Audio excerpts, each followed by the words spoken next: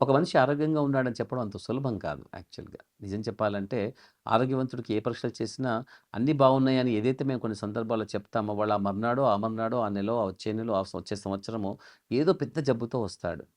వాళ్ళు కూడా మమ్మల్ని అడుగుతూ ఉంటారు. డాక్టర్ గారు పోయిన సంవత్సరమే మీ దగ్గర పరీక్షలు చేయించుకున్నాను. అన్నీ నార్మల్‌గా ఉన్నాయి. భయం లేదన్నారు. ఇప్పుడేంటండి ఇంత చక్కగా నాకు పెద్ద క్యాన్సర్ వచ్చిందని చెప్పారు. నా కిడ్నీ బాలేదని చెప్పారేంటి? నాకు సడెన్‌గా మొన్న ఫిట్స్ వచ్చాయండి. మొన్న చూస్తే హార్ట్ అటాక్ వచ్చినట్టుగా అనిపించింది. అడ్మిట్ అయ్యాను అని చెప్తూ ఉంటారు. ఏ పరీక్షలు కూడా మీ ఆరోగ్యాన్ని సంపూర్ణంగా నిర్వచించలేవు. అలా అని చెప్పి అనారోగ్యానికి ఇవి మాత్రమే సూచికలని చెప్పే దాఖలాలు కూడా ఉండవు. మనము ఏదైతే సైన్స్‌లో మనకు కొద్దో గొప్పో తెలుసుకుంటామో దాన్ని మనకు మనం అన్వయించుకొని చూసుకుంటాం. ఫలానా పరీక్ష చేస్తే మీకు కంప్లీట్‌గా మీ కిడ్నీ ఆరోగ్యంగా ఉందో లేదో తెలుస్తుంది అంటే, సరే పర్వాలేదు ఆ పరీక్షలు చేసుకున్నారు అన్నీ నార్మల్‌గానే ఉన్నాయి కాబట్టి హమ్మయ్య! కిడ్నీ బాగుందని అనుకోవడానికి లేదు. 6 నెలలు, 8 నెలల తర్వాత మీ డాక్టర్ గారే చెప్పవచ్చు. మీ కిడ్నీ జబ్బు చాలా ఏళ్లుగా బాలేదండి అనేసి. అంటే 6 నెలల క్రితమే బాగుందన్నారు కదండీ అని కూడా అనవచ్చు. ఇవన్నీ జరుగుతూ ఉంటాయి. లక్షణాలు లేకుండా ఉంటాయి కాబట్టి పరీక్షలు కూడా మీకు అంత గొప్పగా కొన్ని సందర్భాల్లో లాభం చెయ్యవు. కిడ్నీ 50% బాగా పాడైపోయిన తర్వాత మాత్రమే క్రియాటినిన్ అనబడే ఒక పదార్థం మనకు పెరుగుతూ ఉంటుంది. కానీ క్రియాటిన్ రూపం ద్వారా మాత్రమే మనం మీ కిడ్నీ ఆరోగ్యంగా ఉందా లేదా మనం తెలుసుకుంటూ ఉంటాం. సో, కాబట్టి ఎవరైతే కిడ్నీ జబ్బు ఉందని తెలుసుకోగోరుతున్నారో, ఉందని అనుకుంటున్నారో, ముందేమో భయపడుతున్నారో, లేదా పరీక్ష చేసుకొని ఒకసారి చూసుకోవాలనుకుంటున్నారో, ఇటువంటి వారందరూ కూడా క్రియాటినిన్ అనబడే రక్త పరీక్ష చేయించుకోవాలి. యూరియా దానికి తోడుగా ఉంటుంది జంట కవుల్లాగా. సో, యూరియా, క్రియాటిన్ 2 కలిపి చేసుకోండి. అలాగే ఒకసారి కిడ్నీ యొక్క ఆకారం ఎలా ఉందో తెలుసుకోవడానికి కిడ్నీలో అల్ట్రాసౌండ్ ఒకటి చేసుకోండి.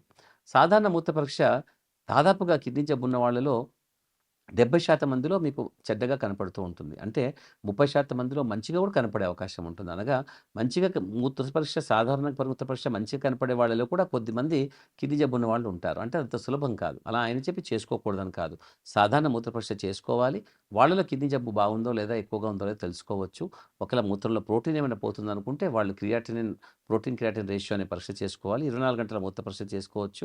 ఒకవేళ ఇవన్నీ కూడా చెడ్డగా ఉన్నాయి. ఏదో సూచిక చేస్తోంది.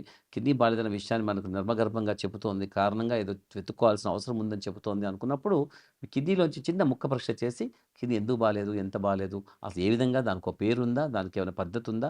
అదొక పద్ధతిగా పాడవుతుందా? అసలు పాడైపోయిందా? పాడే అవకాశం ఉందా? మందులేదన్నా ఉంటాయా? అసలు మందులే లేని జబ్బా? ఇవన్నీ తెలుసుకోవడం కోసం కిడ్నీ ముక్క తీసిన పరీక్ష ఉంటుంది. ఆ కిడ్నీ ముక్క పరీక్ష కూడా చేసుకోండి. ఆ పరీక్ష చేసుకోవడం ద్వారా కిడ్నీ యొక్క వ్యాధిని నిర్ధారించవచ్చు. నిర్ధారించిన వ్యాధికి సరైన చికిత్స ఉంటుంది. చాలామంది కిడ్నీ బయాప్సీ అంటే నాకు భయమండి. నేను చేసుకోనండి అంటుంటారు. లేదా ఆ డాక్టర్ నాకు చెప్పలేదండి అంటూ వేరే డాక్టర్ ముందు చాలా సులభంగా చెప్తారు. ఆ డాక్టర్ చెప్పినప్పుడు మాత్రం నేను చేసుకోనండి అనుకుంటూ ఉంటారు. చాలామంది ఆరోగ్య విషయాల్లో వాళ్ళ సొంత నిర్ణయాలని డాక్టర్‌కి ప్రకటిస్తూ ఉంటారు. నిజానికి అలా మీ సొంత నిర్ణయాలు తీసుకునే స్తోమత, అర్హత మీకుందో లేదో మీరే ఒకసారి ఆలోచించుకోండి. డాక్టర్ ఫలానా పరీక్ష చేయాలని చెప్పినప్పుడు, మేము కుటుంబ సభ్యులు మాట్లాడుకున్నామండి. మేము ప్రస్తుతం వద్దనుకుంటున్నాం అని చెబుతూ ఉంటారు. ప్రాక్టికల్‌గా మీకు బహుశా అది కష్టం అయితుండవచ్చు. మీకు వద్దని అనిపించవచ్చు అది వేరే విషయం. కానీ అవి చాలా పెద్ద నిర్ణయాలు. ఆల్‌మోస్ట్ అత్యంత సాహసోపేతమైనటువంటి నిర్ణయాలు అవన్నీ కూడా. అంటే దాని యొక్క పర్యవసానాలు చాలా భయంకరంగా ఉండే అవకాశం ఉన్నప్పుడు తెలుసుకోకుండా అమాయకంగా మీరు నిర్ణయం తీసుకొని, ఈ పరీక్ష వద్దనుకున్నాను, ఈ ఆపరేషన్ వద్దనుకుంటున్నాను, ఇది చేయించుకోకూడదనుకుంటున్నాను అని చెబుతూ ఉంటారు. కిడ్నీ బయాప్సీలో కూడా చాలా వరకు ఇలాగే చెప్తూ ఉంటారు. అని కొన్నేళ్ల తర్వాత కిడ్నీ బాగా పాడైపోయిన తర్వాత డాక్టర్ "ఎందుకు కిడ్నీ పరీక్ష చేయించుకోలేదు? మాకప్పుడు అలా అనిపించింది" అంటారు. కానీ జీవితకాలానికి అదొక శిక్ష. దేనితో మనం డీల్ చేస్తున్నామో మనం తెలుసుకోవడం అన్నది మనకు చాలా అవసరం అవుతుంది. ఏదైనా గాని సమాజంలో కానీ, ఆరోగ్యంలో కానీ. దేన్ని మనం ప్రశ్నించదలుచుకున్నాము? దేని నుంచి తెలుసుకోదలుచుకున్నాము? అసలు జబ్బేంటో తెలుసుకోకుండా మీరు చికిత్స ఎలా పొందుతారు? కొన్ని జబ్బులు చాలా చెడ్డగా ఉంటాయి. కిడ్నీ జబ్బులు చాలా మరీను. ఎందువల్ల అంటే ఒకళ్ళ కిడ్నీ పాడైన తర్వాత మన కిడ్నీ మార్చుకుంటే పాత జబ్బు ఏదైతే ఉందో అది కొత్త కిడ్నీ కూడా వచ్చే అవకాశం ఉంటుంది. అలాంటి జబ్బులు కూడా మనకు బోలెడన్ని ఉంటాయి.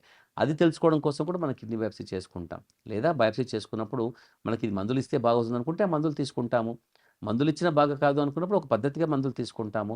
ఆ తర్వాత చాలేళ్ల తర్వాత పాడవుతుందనుకుంటే ఎన్నేళ్లు పాడవుతుందో దానికి తాత్కాలికంగా మనము రెడీగా ఉండే అవకాశం ఉంటుంది. సో, కాబట్టి ఇలా రకరకాల పద్ధతులతో మనం కిడ్నీ జబ్బు గురించి మనం తెలుసుకునే అవకాశం ఉంటుంది. కాబట్టి తప్పనిసరిగా కిడ్నీ బయాప్సీ చేసుకొని దాని సంగతులు, దాని స్థితిగతులు ఏంటో తెలుసుకునే అవకాశం ఉంటుంది. సో, కిడ్నీ బయాప్సీ ఎప్పుడు కూడా డాక్టర్ చెప్పినప్పుడు వద్దని చెప్పకండి. కిడ్నీ బయాప్సీ చేయించుకోండి. తద్వారా జబ్బు నిర్ధారించుకొని దానికి సరైన చికిత్స పొందే అవకాశం ఉంటుంది.